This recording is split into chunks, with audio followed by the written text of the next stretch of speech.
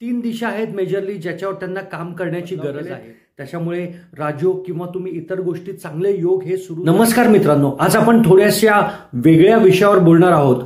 महाराष्ट्राचे मुख्यमंत्री आहेत देवेंद्र फडणवीस यांची जन्मतारीख आणि त्यांचं वास्तुशास्त्र, जे नागपूरमध्ये त्यांची प्रॉपर्टी आहे, जे त्यांनी ॲफिडेव्हिट दिलेलं आहे इलेक्शन कमिशन ऑफ इंडियाला, त्यानुसार नागपूरमध्ये जी प्रॉपर्टी आहे आणि त्यांच्या जन्मतारखेनुसार त्यांनी प्रॉपर्टीमध्ये काय करायला पाहिजे हे मी आज येथे सांगू इच्छितो, थोडक्यामध्ये सांगू इच्छितो, जेणेकरून त्यांना पण फायदा होईल आणि महाराष्ट्राच्या जनतेला पण फायदा हा होणारच।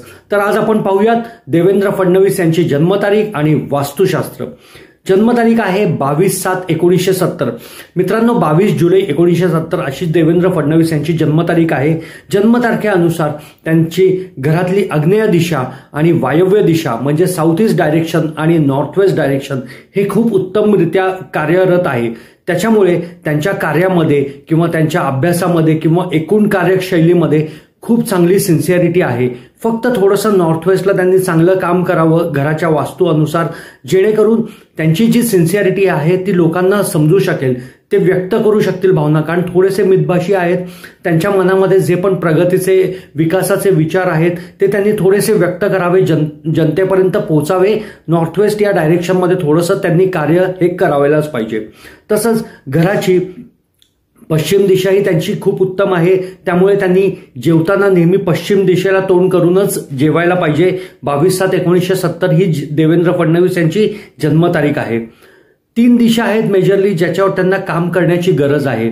त्यातल्या दोन महत्वाच्या दिशा आहे, एक ईशान्य कोपरा म्हणजे नॉर्थ ईस्ट डायरेक्शन आणि साऊथ वेस्ट म्हणजे नैऋत्य डायरेक्शन। साऊथ वेस्टमुळे थोडीशी त्यांची स्टॅबिलिटी हॅम्पर होते, जे त्यांच्या जन्मतारखेमध्ये एक्झॅक्ट दाखवतंय। त्यांच्या घराच्या वास्तूमध्ये साऊथ वेस्ट म्हणजे नैऋत्याला काहीतरी गडबड आहे, जे गोष्टी नाही पाहिजे ते तिथे असतील, त्याच्यामुळे त्यांची थोडीशी गडबड साऊथ वेस्टमध्ये झालेली आहे।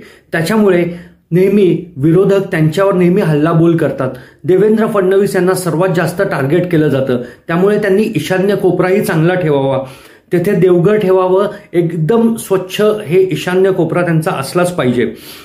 तसेच या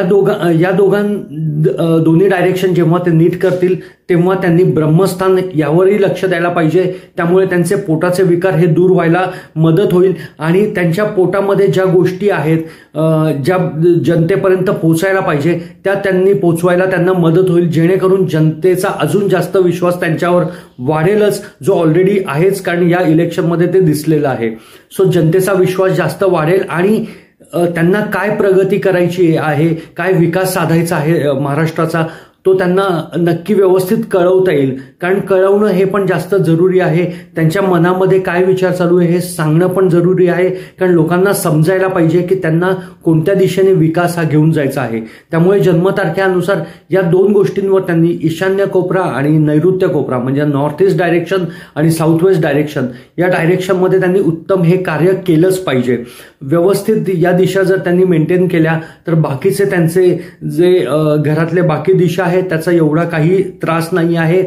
त्यांची दक्षिण दिशा ही खूप जास्त उत्तम आहे, त्यामुळे योग खूप चांगले बनत आहेत। त्यांनी दक्षिण दिशेला माझ्या मते आत्ता काहीतरी बदलाव केलेले असतीलच, त्याच्यामुळे त्यांचे योग खूप उत्तम सुरू झालेत। मला माहिती नाही काय बदलाव केले, कारण मी कधी गेलो नाही, कधी भेटलो नाहीये, पण त्यांच्या जन्मतारखेनुसार जी वास्तुशास्त्र आहे त्यानुसार जाणवतंय त्यांनी दक्षिण दिशेला खूप चांगले बदलाव केलेत। त्याच्यामुळे राजयोग किंवा तुम्ही इतर गोष्टी चांगले योग हे सुरू झालेले आहेत। तर देवेंद्र फडणवीस यांना एवढंच सांगण्याची माझी इच्छा आहे की ईशान्य कोपरा आणि नैऋत्य कोपऱ्यामध्ये थोडंसं लक्ष द्यावं आणि नॉर्थ वेस्ट म्हणजे वायव्यला थोडंसं ठीक करावं, जेणेकरून त्यांचे बरेचसे प्रॉब्लेम हे सॉल्व्ह व्हायला मदत होईल आणि लोकांपर्यंत त्यांच्या भावना या नक्की पोहोचतील। त्यांचे काय विचार आहेत, काय उत्तम विचार, आधुनिक विचार आहेत हे लोकांना नक्कीच समजेल। तुम्हाला काय वाटतं याबद्दल जरूर कमेंटमध्ये कळवा। धन्यवाद।